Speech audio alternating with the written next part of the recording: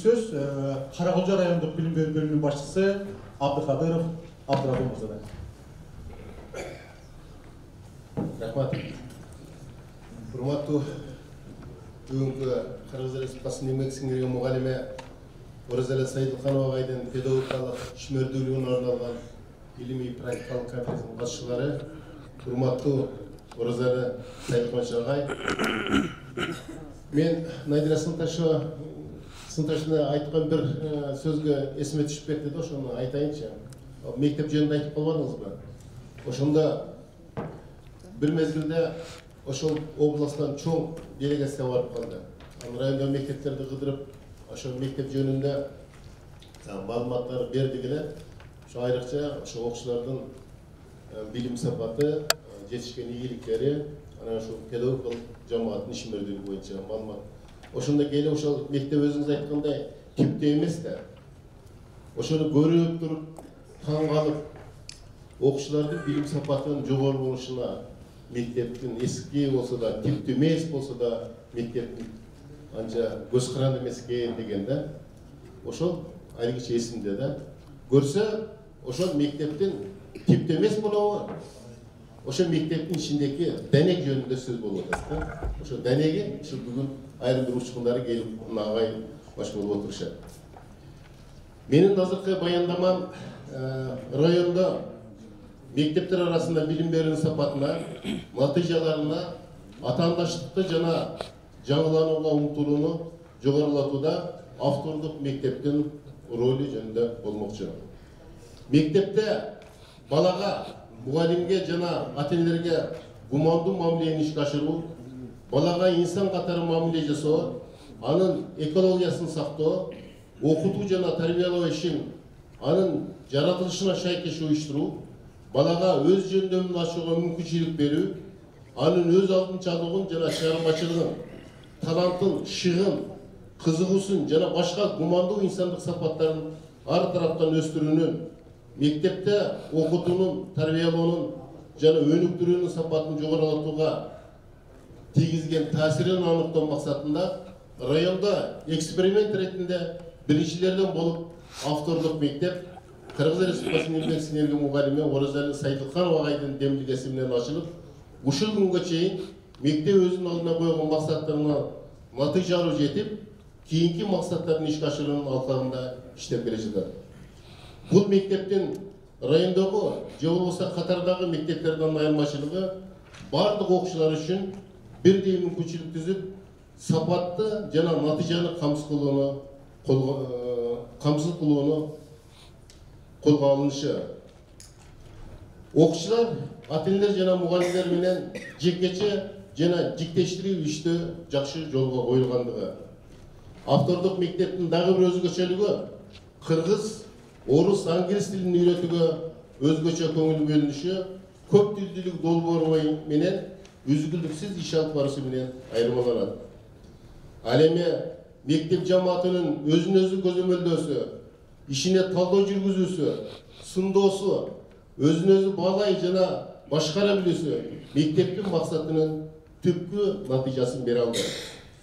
Гумандуу мектеп бул кызматташтыктын, өнүгүүнүн, гумандаштыруунун жана балага инсан катары мамиле жасоонун мектеби болуп саналат.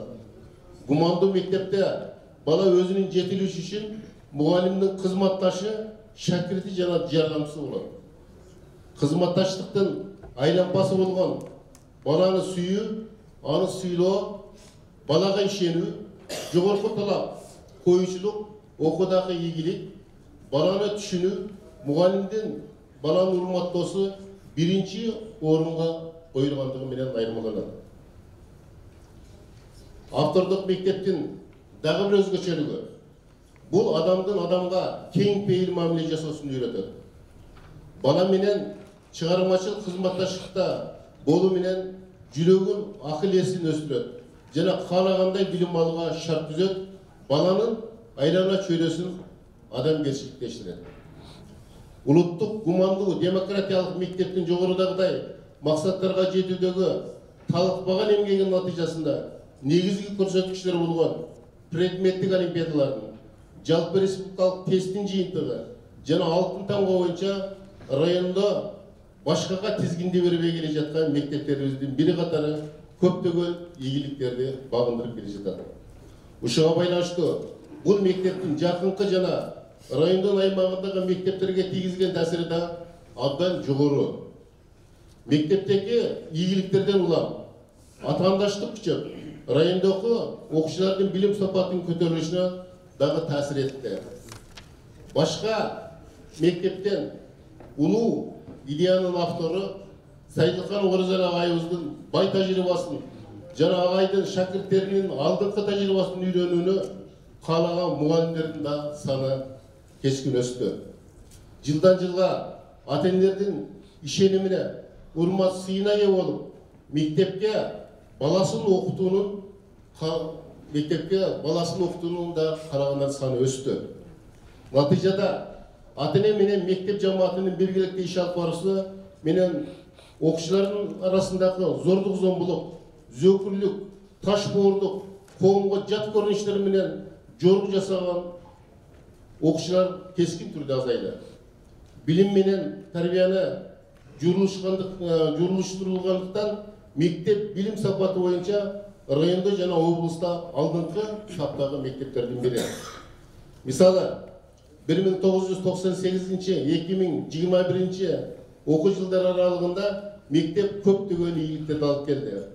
Акыркы эле 2020-2021 окуу жылында мектептин бүтүрүүчүсү Турганбаева Шерзада жалпы республикалык тесттен 212 упайга, ал эми Токтомушев Кенжебек жалпы республикалык тесттен 202 упайга ээ болду. Жалпы мектеп боюнча 25 бүтүрүүчү бүтсө, анын 24-ü жалпы республикалык тест тапшырышып, орточо 138,7 упайга ээ болушту. Ушундай ийгиликтердин натыйжасында Ишеним мектебинин жобосунун талаптарынын деңгээлинде Каракулча райондук билим берүү бөлүмүнүн 2015 жылдын 3-мартында өткөрүлгөн коллегиал кеңешинин токтомунун негизинде Ишеним мектеби деп аныкталган. Жалпы республикалык тестте окуучуларды даярдоодо жетишкен ийгиликтери жана билим берүү тармагына кошкон зор салым үчүн Каракулча райондук билим берүү бөлүмү тарабынан 2016, 2017, 2018, 2020, 2021 жылдары ыраазычылык каттардын ээси болду. Мындан тышкары окуу тарбия процессине байланышкан жана мектептен класстан тышкары иштери боюнча ар кандай сынактарда, спорттук иш-чараларда байгелүү орундардын катыктөөсү болуп келе жатат. Сөзүмдүн акырында Кыргыз Республикасынын эмгек сиңирген мугалиме биз сыймыктанган Оразалы Сайдылханов агайдын идеясына сугарылып, жигердүү жетишкендиктердин ээлери болгон жалпы педагогикалык жамаатына чоң чыгармачылык ийгиликтер каалап, райондо мектептер арасында билим берүүнүн сапатына, анын натыйжаларына атаандаштыкты күчөтүүнү жана жаңыланууга умтулууну агайдын идеяларынын негизинде иштиктүү уланта бермекчибиз.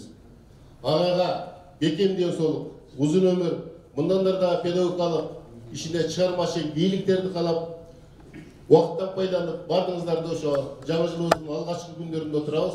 Бардыгыңыздарды ушу жаңы жылыңыздар менен куттуктап, жаңы жыл көптөгөн ийгиликтердин